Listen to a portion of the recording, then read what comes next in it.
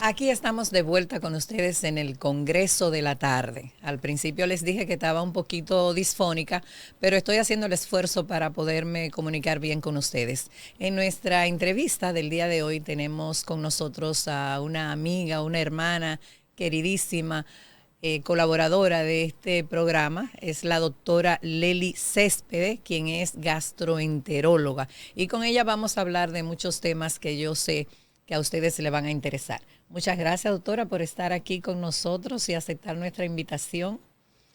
Muy buenas tardes, Ana. Es siempre un halago compartir entre amigos y sabe que igualmente te quiero muchísimo. Gracias, gracias. Primero vamos a decirle a la gente de qué se trata su especialidad. ¿Qué es la gastroenterología?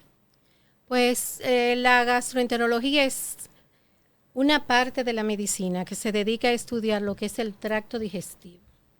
Si hablamos de tracto digestivo, hablamos desde la boca hasta la porción final del tracto inferior, que es el ano. Pero que ustedes no sabían eso, que la digestión también empieza en la boca. Tenemos que estudiamos los órganos anexos. ¿Verdad que sí? Claro que que en la sí. boca. Claro. Ah, bueno. El proceso de masticar. Sí, del Si bolo. nos vamos, empieza desde el área cefálica, es decir, desde que vemos el alimento, nosotros empezamos a tener la fase de alimentación. Okay. Entonces, una vez que yo veo el alimento, que empiezo a deglutir, empiezan una serie de mecanismos que ocurren en nuestro organismo que facilitan esta... Doctor, entonces, por eso es que hay mucha gente que dice, desde que lo vi sabía que me iba a caer mal. Sí, No. tú puedes presumir que desde que lo ves te puede caer mal, pero también desde que lo pruebas sí puedes tú tener la sensación de que algo no te va a quedar bien y tú puedes evitar que te caiga. Y a ustedes no se le ha salido la babita por una comidita así, como que tú sientes que Eso se llama la boca salivación. se te hace agua.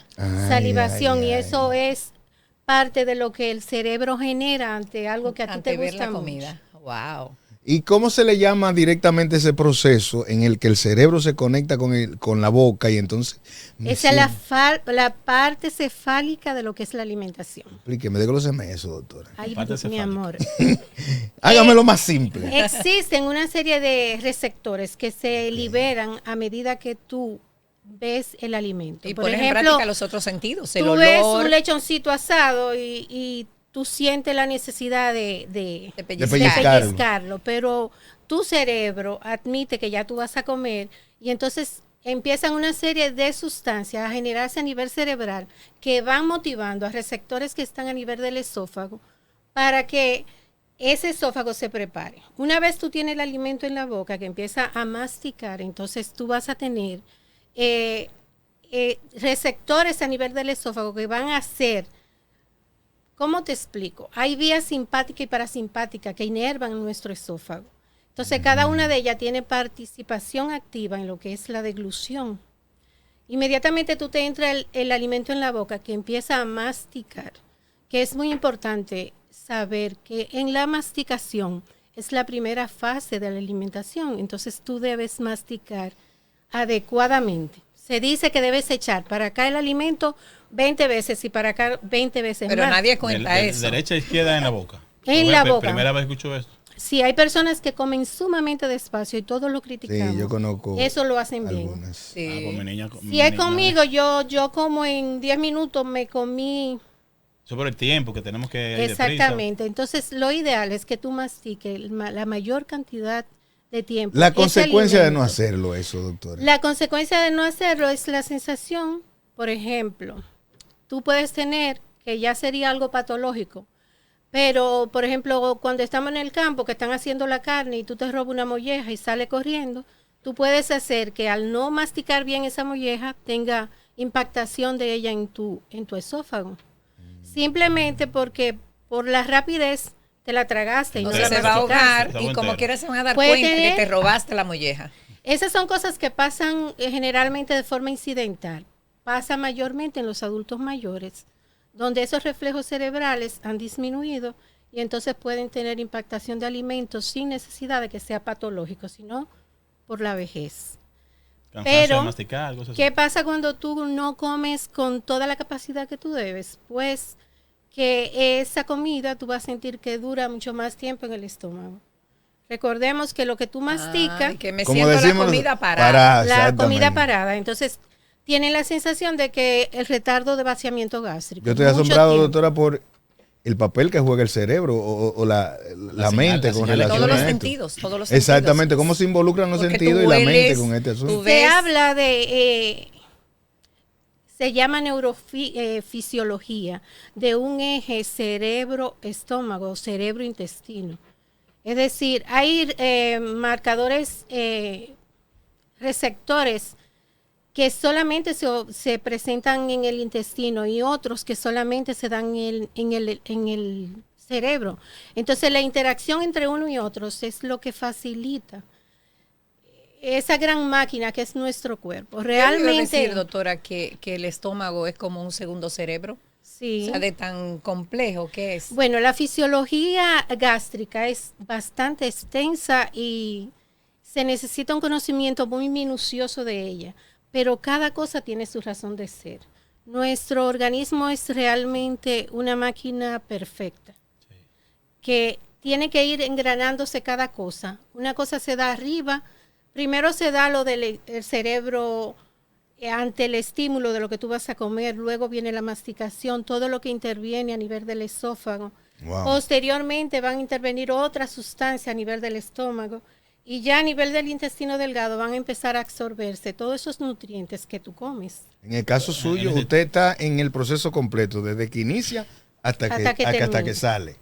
Pero también tenemos que ver con las patologías de los órganos accesorios, como es el hígado, que es el órgano de almacenamiento nuestro, es como nuestro laboratorio, también el páncreas y todo lo que tiene que ver con todas las funciones de ellos. Entonces, bueno. El páncreas, por ejemplo, ¿qué función hace conjuntamente con Oiga, pero le dimos la bienvenida a la doctora. Y fue entramos en leña, materia de una no. vez, señores. El tema se Pero- vuelve muy El interesante. tema es muy interesante. Déjenla respirar a la No, doctora. involucra una cosa con otra y nosotros siempre hemos escuchado el páncreas, hay muchas, pero ¿cuál es la función del páncreas respecto a lo gastrointestinal? Sí, mira, el páncreas es una glándula exócrina y endocrina. Es decir, que tiene papeles de diferentes formas, porque produce, pero también recibe. El páncreas tiene que ver mucho con lo que es la digestión de los alimentos, porque produce enzimas que son proteolíticas, que se llaman amilasa y lipasa. Y otros, te puedo decir que hay varias sustancias que se producen. Entonces ellas tienen que ver directamente con lo que es la digestión de los alimentos que ingerimos. Ella divide y dice, eso no me Sí. toca a mí, eso no me toca a otro órgano. Pero Así. el páncreas es un órgano, yo le llamo que es un órgano muy delicado. Es como si fuera un vidrio de Belén. El páncreas, una vez que se toca, va a tener manifestaciones y se recupera de forma muy lenta y muy, muy difícil para recuperarse. Y el páncreas que libera la insulina también, ¿no? Sí, en el páncreas tenemos la mayor cantidad de producción de insulina y entonces eso es lo que nos ayuda a mantener en equilibrio lo que es la glucosa en el nivel de la En la sangre. Entonces todo depende. O sea, los diabéticos tienen problemas con el páncreas. Pero doctora, en esta coyuntura ya hemos regresado a las fiestas y mucha ¿Cuánto gente se comió? comió en exceso, bebió en exceso. ¿Cómo recuperarse después de esa fiesta? ¿Qué se recomienda en el caso usted como especialista para bajar esos niveles que se subieron muy altos? Vamos a- Sobre todo porque una- pudiera estar afectando el hígado ahí. No una- creo una que por... desintoxicación. No, yo lo que creo es que lo que debemos apelar es que a las personas hagan... Las navidades no son matarnos y comernos todo. Las navidades son un periodo de fiesta y no se va a caber el cerdo porque tú comas. Es decir, que lo que tenemos que hacer es dejar de hacer excesos. O sea, ¿usted está de acuerdo en que no debemos llenarnos 100%? Hay algunos que sugieren que tú debes comer hasta llenarte un 80%. Que tú sientas saciedad. Porque cuando actualmente... Cuando nos damos esas alturas, que es hasta aquí. que Es estoy. porque Te tú invito. sobrepasas la capacidad del contenido que tiene tu estómago. Eso no se debe hacer. Es decir, cada quien tiene estómago diferente. Así como Diferente uno tamaño. tiene ojos chiquitos, otro grande, uno tiene manos grandes, otro chiquito. Regularmente las personas delgadas, altas, tienen un estómago mucho más largo y pueden tener mucha, pero por eso es que comen tanto los flacos. pueden tener mayor capacidad de almacenamiento Los de vaquebolitas. alimentos. Sí. Sin embargo, las personas ya de edad avanzada, las personas que están muy obesas, la capacidad gástrica disminuye mucho más y entonces el contenido de alimento tiene que ser menos. Pero importante es tú reconocer qué cantidad es suficiente para ti. Por ejemplo, hay alimentos que a nosotros nos gustan y comemos sabiendo que estamos llenos. Y después Ay, entonces pero que tiene ese- que estar tomando no se le- digestivo. esas ganas No. de tenerlo Entonces, en la boca. eso tú tienes que aprender. Eso se llama gula. Ah, y- y eso es un pecado. Es Un un pecado pecado capital. capital. La gula es un pecado capital. Entonces tenemos que La disminuir glotonería. la glotonería. Sí. Es decir, tú comiste y quieres un sándwich y después también Sí. quieres una batida. Eso también puede verse como un tipo de ansiedad de comer. Hay personas que son ansiosas de comer. Bueno, de todas maneras sería también un trastorno. Es Un un trastorno, trastorno o sea, que igual. debe trabajarlo. En mi caso, por ejemplo, he tenido ocasiones que como, y yo trato de no comer nunca al 100% de sentirme lleno así, sino un 70, 75. Pero si yo no como durante un lapso de tiempo, desde la mañana hasta la tarde, me duele la cabeza, doctor. ¿A qué se debe eso? Espérese, ¿cómo es? Si usted no come... Bueno, yo me desayuno, hago mínimo temprano y Ajá. en la tarde, eso de las 4 de la tarde. Pero dile tengo que vayas dolor de cabeza. temprano, que tú más o menos te desayunes. No temprano, Pero- a las 9 de la mañana o así. Pero en Si a la las 4 de tarde, la tarde no ha comido. me duele la cabeza. Pero obvio. Esa es la falta de... No, la intención es saber la relación misma, porque hablamos Sí. del proceso del cerebro como tal. ¿Qué pasa? La mayor cantidad de energía lo conseguimos a través de los nutrientes, de lo que comemos. Y cuando tú duras 6, 8 horas sin comer, los niveles glicémicos disminuyen y eso hace que te pueda doler la cabeza. Claro. Y además los tiempos prolongados de ayuno no son la forma fisiológica que todos nosotros tenemos. Ahora una moda ahora ¿Usted que no hay está que de tener acuerdo ayuno. con esos ayunos prolongados? Bueno, el ayuno intermitente es El que está de moda. Sí. es una forma que se ha visto que ayuda a perder peso a personas que son difíciles para pérdida de peso. Y ellos han encontrado que con ese ayuno prolongado, las personas utilizan toda la energía, la grasa que tienen en su sistema, en su reserva, y le ayuda a perder peso. Pero fisiológicamente no es lo que está recomendado. Tú debes de comer 3 veces al día y hacer 2 meriendas entre comidas. Es lo que está recomendado. Ahora, la cantidad y Ya lo que tú la comes pones tú. es lo que determina hacia dónde tú vas. Pero no es lo mismo que yo desayune 2 huevos hervidos y una lonja de pan con una taza de café. Puede ser. Que me Y coma que 5 plátanos con que me longaniza. coma como me gustaría a mí, 5 pedazos de plátano con salami. Queso y huevo, con Sí. los 3 golpes. Yo tengo una compañera doctora que a mí me fascina ver siempre vivo bromeando con ella con su almuerzo, porque ella lleva un cuarto de pan, de una lonja de pan, y ella se come la mitad de ese cuarto. Entonces yo le digo, por eso que tú tienes dinero, porque tú pasas hambre. Y Wow. ella, vivimos siempre en eso, y ella dice, sí, pero estoy en mi peso. Ah, bueno. Pero habría que ver Pero si yo le también bromeo está saludable. También le bromeo y le digo, pero no te preocupes, que en la funeraria he visto gordo y he visto flaco que muere. Wow. Doctora, los problemas gastrointestinales en estos días se aumentan, son normales. ¿Qué más usted vio en su consulta? No, las manifestaciones gastrointestinales aumentan. Miren por qué. La cadena de conservación de los alimentos no son las más adecuadas. Por ejemplo, tenemos grandes fiestas, pero son comidas que se hacen durante la madrugada o durante el día anterior. Y los alimentos tienden a descomponerse en poco tiempo. Aunque sepan bueno. Aunque sepan bueno y aunque se guarde alguna cadena de frío, pero no hay tanto lugar para guardar Tanta comida. y también mezclamos muchas cosas, mezclamos alimentos, bebidas, dulces y sobrecargamos lo que es nuestro sistema y lo que regularmente hacemos. ¿Y ese puerco que venden en la calle, doctora? Bueno, viene con agua, sol y sereno. viene con todo integrado. Y humo de carro. Sí, la gente tiene que Yo no tener tengo nada en contra de esos padres de familia que se buscan la vida vendiendo su cerdito. Está sazonado 2 veces. Unos amigos que trabajan fuerte en esa parte. Sí, sí. Pero yo creo que debemos saber dónde compramos, porque muchos de esos Interesante alimentos ese ya están con descomposición, ya tienen microorganismos, bacterias que no vemos, que no se pueden ver a simple vista, pero que sí están ahí. Y entonces por eso vienen esos episodios de diarreas que te dejan 2 y 3 días acostado, Sí. que tú no puedes levantarte, que haya que ingresarte. Es decir, son muchas las consecuencias que tenemos.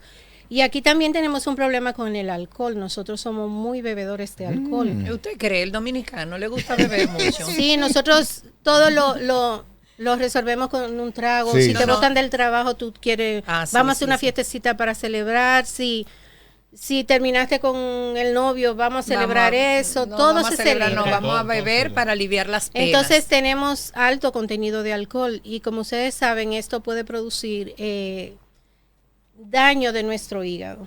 Y te puedo decir que un gran por ciento de la población tiene lo que se llama esteatosis hepáticas, que es acúmulo de grasa a nivel del hígado, y eso lo produce el alcohol. Sí. lo produce el alcohol. La grasa en el hígado. Ajá. El Ay, alcohol señor. produce la grasa en el hígado. La cirrosis hepática. Puede bueno, la producir, cirrosis. Viene por ahí. el alcohol produce, el primer estadio de daño hepático es grasa en el hígado. Y si esa agresión que tiene ese hígado continúa, tú puedes tener mucho más situaciones de salud grave. Incluso grasa en el hígado se considera como esteatosis, pero hay otras entidades que se han determinado, como el NASH, que se ha visto que progresa hacia lo que es la cirrosis. Entonces, por eso no podemos dejar al paciente como que, es grasa en el hígado, sino que es un paciente que si además de tener grasa en el hígado, tiene sobrepeso, tiene niveles elevados de glicemia y es un paciente que tiene alteración de las enzimas hepáticas. Hay que Las estudiarlo. enzimas hepáticas son ALT y AST. Es un paciente que se va a entrar en problemas si tú no tomas rienda de él, del paciente. Doctora, Actúa de entonces, pero inmediato. todos los cuerpos no son iguales. Y digo esto porque hemos visto en algunos lugares, sectores, personas muy populares que acostumbran a tomar diario Y no le pasa y nada. no le pasa nada. Entonces, ¿qué sucede con eso? ¿Se inmunan?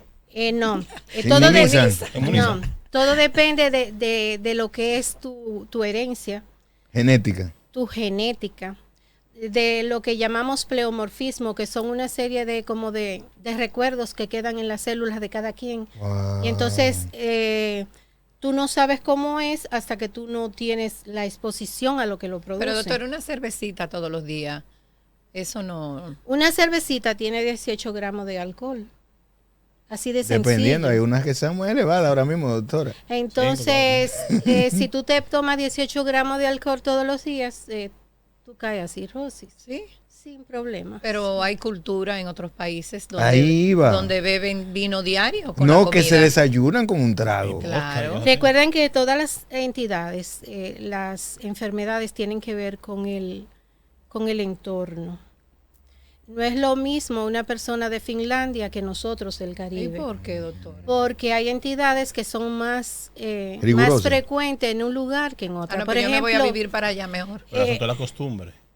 Si nace De la ahí, cultura. esa cultura, se acostumbra Sí. y ya es muy distinto. Nosotros en sí somos como más ñoños que cualquier otra parte. no, es que la enfermedad Si está lloviendo, tiene vamos a muchos trabajar. factores que la predisponen.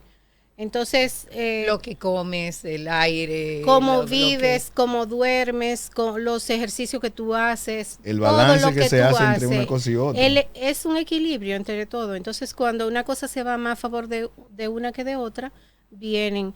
Por ejemplo, esas horas largas de tú no comer, eso no te hace bien.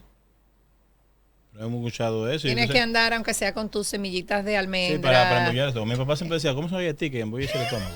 No, es que hay que comer. Entonces, doctora, mire, a propósito de esto que usted menciona de la comida expuesta y que comemos a veces quizá de manera descontrolada, existen unos factores dentro de mismo gastronomía, gastroenterología, y es la parte de las personas que sufren de hemorroides. que eso es producto de lo que se alimentan, de lo que comen, ¿no? No. No. Entonces, ¿qué tiene que ver esa parte? Las hemorroides son dilataciones de los vasos que están a nivel del ano. El ano es un área muy vascularizada y muy inervada también. Entonces, existen factores fisiológicos, factores hereditarios, pueden haber factores médicos también. Por ejemplo, se basa mayormente en herencia. Siempre hay una situación que lo la genética es determinante. Sí, todo tiene que ver. Por ejemplo, las hemorroides mayormente las vemos en pacientes que son muy constipados, es decir, que no van de forma regular al baño. También pacientes que son muy sedentarios, que están mucho sentados. O sea que si tienes estreñimiento, tienes que ir al gastro para revisarte, para no terminar entonces con hemorroides. Algo importante que pasa aquí es, por ejemplo, en nuestro país, es que en cada persona dominicana hay un médico. Sí, por ejemplo, tú vas y te ves conmigo y yo te hice una colonoscopía, identifiqué lo que tú tienes, te puse el tratamiento que lleva tu enfermedad. Entonces, tú vienes, te dice tu amiga Fior que lo que ella hizo fue ponerse sábila y tú dejas lo que yo te di, que soy la especialista. Quien estudió para indicarte eso y tú te pones la sábila y dejas lo que yo te di. Sí. Pero no pasa solamente con ese tipo de enfermedad, pasa con todo. Además, doctora, sería bueno decirle a la gente que eso está hecho para que salgan cosas por ahí, ¿verdad? Desechos, sí. No para que entre nada. Vamos a dejarlo así. Pero tomando en cuenta, para ayudar en esa parte, ese es uno de los factores que tiene que ver con la presentación de agresión a nivel del canal anal, y es el acto sexual contra natura, así se llama. Porque como dice Ana, realmente está diseñado para que salga los desperdicios que no nos convienen a nosotros. Eso es lo que sale, los desechos. Sin embargo, cuando hacemos prácticas sexuales anales, estamos propensos a padecer muchísimas entidades, sobre todo desgarros, enfermedades de transmisión sexual a nivel del ano.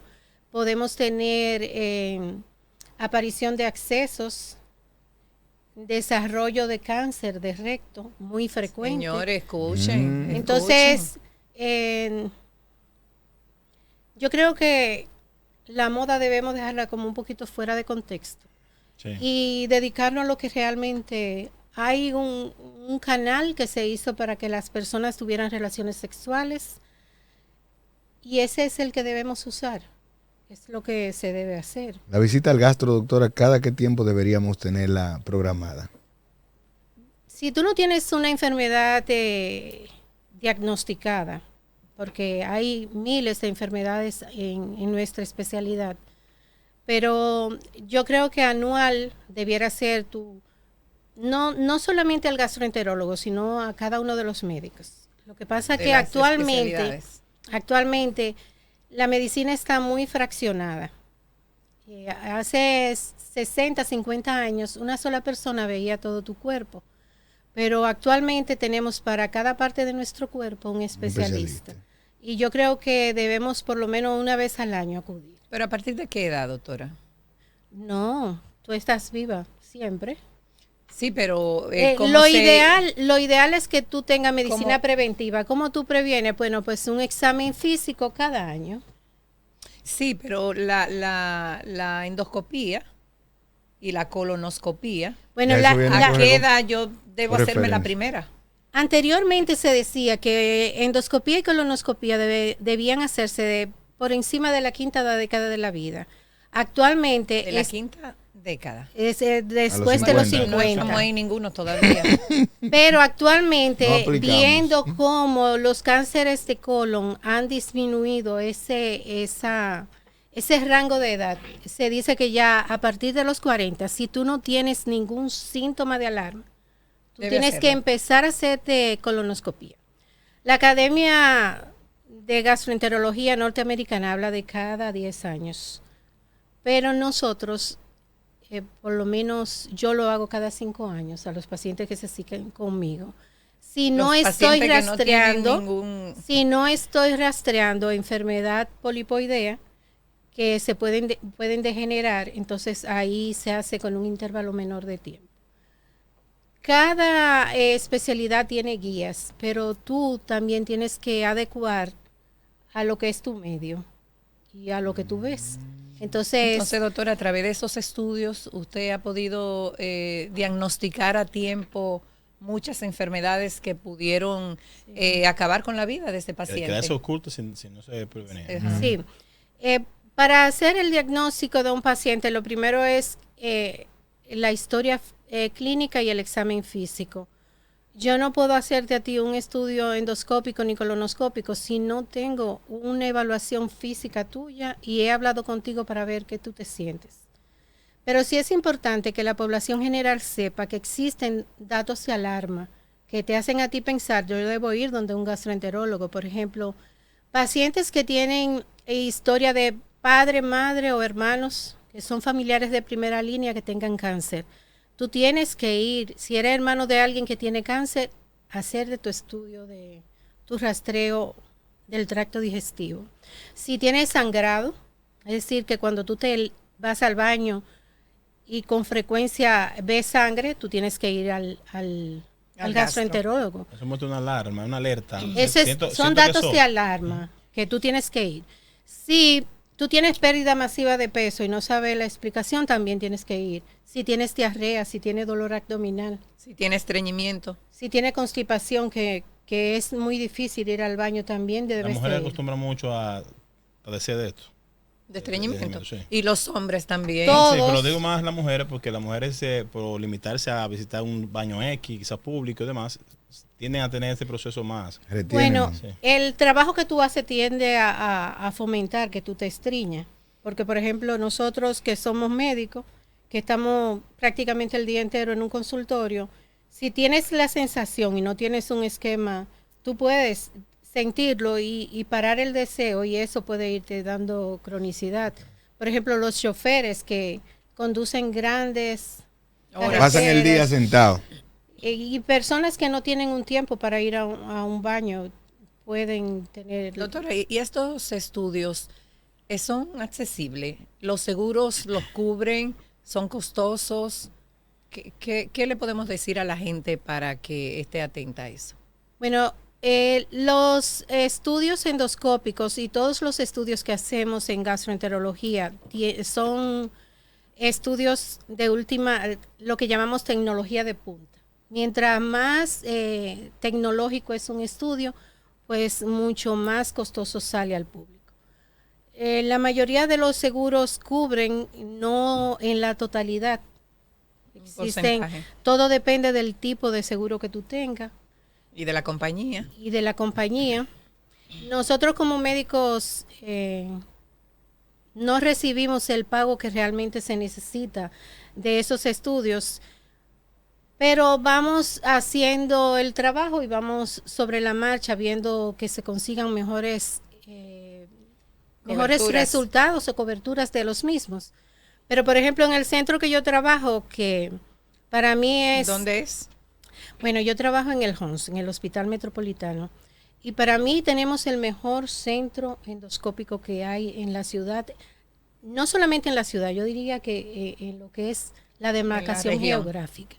Entonces, ahí hacemos todo tipo de estudios y sobre todo tenemos un equipo médico que diríamos que nos complementamos, porque unos se dedican a un área, otro a otro, pero trabajamos en equipos. Entonces, por ejemplo, yo encuentro, tú vas como mi paciente y encuentro que tú tienes una masa a nivel de páncreas, pero yo no hago vías biliares, pero tengo un compañero que sí hace vías biliares y yo le refiero tu caso a él y entre los dos lo manejan. Se maneja y el paciente tiene el mejor resultado. Y allá contamos con todos los procedimientos que tú necesitas en endoscopía, desde radiografías, laboratorios, hasta colangiografía. Estamos ahora con la doctora Perelló evaluando todo lo que es hígado, que es algo de lo que no teníamos mucho. Y entonces se están haciendo procedimientos que son realmente de vanguardia y que son muy útiles para nosotros no tener que dejar el paciente a medias, sino que ya tenemos la forma de llegar a hacer un diagnóstico preciso. ¿Qué es lo Y a importante? tiempo. Lo importante no es que tú esperes tener síntomas para ir a un gastroenterólogo. Lo importante es que tú vayas y te evalúas por lo menos una vez al año y que se te busque que no hay nada, que es lo que debe ser. Pero pasa que en ocasiones tú le dices a alguien, vamos a hacerte una colonoscopía y salió normal. Ay, di mi cuarto para que saliera normal. No sé. Precisamente, doctora, usted dice, en el caso suyo y el centro que elabora, es un centro avanzado y la tecnología de punta. Entonces, por esta razón también exigen un cobro más alto que otras instituciones, diríamos, públicas. Usted que ha venido en el proceso suyo como médico, estoy seguro que ha pasado por el sector público. ¿Acaso es que es prohibido que esta tecnología de punta llegue a los hospitales públicos? No, no es prohibido. Lo que pasa es que porque no. Los pobres tienen que llegar allá, no pueden llegar a la otra. No, pero por ejemplo, actualmente existen los acompañamientos, por ejemplo, a nivel público, que yo trabajo en el Cabral Ibáez. El SENASA contrata a esos médicos que hacen esos estudios que no podría pagarlo el paciente y ellos lo costean. ¿Se hace en el hospital? ¿En el hospital? En el hospital. Se envía a la persona que lo hace. Al hospital. No. El paciente por ejemplo, va al centro el hospital cuenta con colonoscopía, endoscopía, que es lo básico. Pero, por ejemplo, cuando el paciente necesita una colangiografía endoscópica o necesita lo que llamamos CEPRE, que es para ver las vías biliares, entonces hay un médico que se refiere a través de el hospital lo refiere y el seguro lo cubre. Entonces entra la pregunta si es prohibido de que tengamos en el hospital público este tipo de personal, porque estamos haciendo un pago como quiera. No es que personal hay, lo que no hay son los medios. Pues la inversión para tener esos medios de equipo sería importante tenerlo. La pregunta era esa, basada en esa, porque como avanzamos la tecnología en la punta, mientras más que ustedes nos necesitan a los pacientes, mire, vamos a aumentar esto, no. No, lo que pasa es que son procedimientos muy sofisticados. Que cuesta. Pero el gobierno te estamos hablando de una inversión alta. Millonaria. Muy alta. Entonces, muy alta. Esos equipos no son nada baratos. Pero por igual. Y lo refiero porque en el área de seguro, perdón Ángel, esos equipos se aseguran. Y cuando te traen un listado de equipos electrónicos de esa magnitud, eso es en dólares y es allá arriba. Pero no sumamente pero la cobertura y entonces a lo mejor no hay el personal con todos la sabemos lo que ocurre con los equipos. No lo mantienen, no lo cuidan. Desde que llegan ahí. Es que empiezan a perderse piezas. Sí. Por eso es bueno que entonces se necesitan que los hospitales sean privatizados, diría yo. Si no tenemos la capacidad de manera pública, bueno, que entonces de manera privatizada en conjunto, pues tenemos las herramientas. Pero igual le va a costar al paciente. Pero deberíamos, pues supone que el sector, bueno, en este caso una alianza pública-privada, pero el sector público, con la inversión que hace mediante su seguro, que le hace una cobertura en ocasión un 100%. Pero recuérdate que el sector público, el paciente no cotiza. El paciente no cotiza. Es subsidiado por Totalmente. el Estado.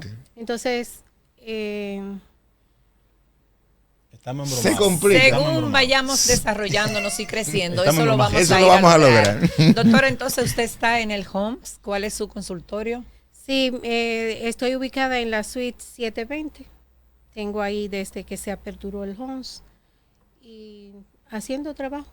Muy bien. Una gastro con mucha experiencia, así es que si usted no se ha hecho su revisión o presenta algún síntoma de, como dice ella, desde la boca desde la entrada hasta la salida. Exacto. Vaya a revisarse porque las cosas con tiempo tienen remedio. Así ¿Alguna es. recomendación final, doctora, para nuestro público que comió tanto y bebió tanto en estos días navideños? Pues sugerirle que tengan control, que eviten el exceso de alimentos, que eviten el exceso de bebidas y que tengan su control rutinario cada año mínimo con su médico cabecera. Bien, pues estuvo con nosotros la doctora Lely Céspede, gastroenteróloga del Homs y quien ha dado muchas recomendaciones importantes para que usted cuide su salud. Gracias, doctora, nuevamente por atender nuestra invitación y esperamos tenerla de nuevo con nosotros. Gracias a ustedes por la Ya invitación. volvemos. Sí.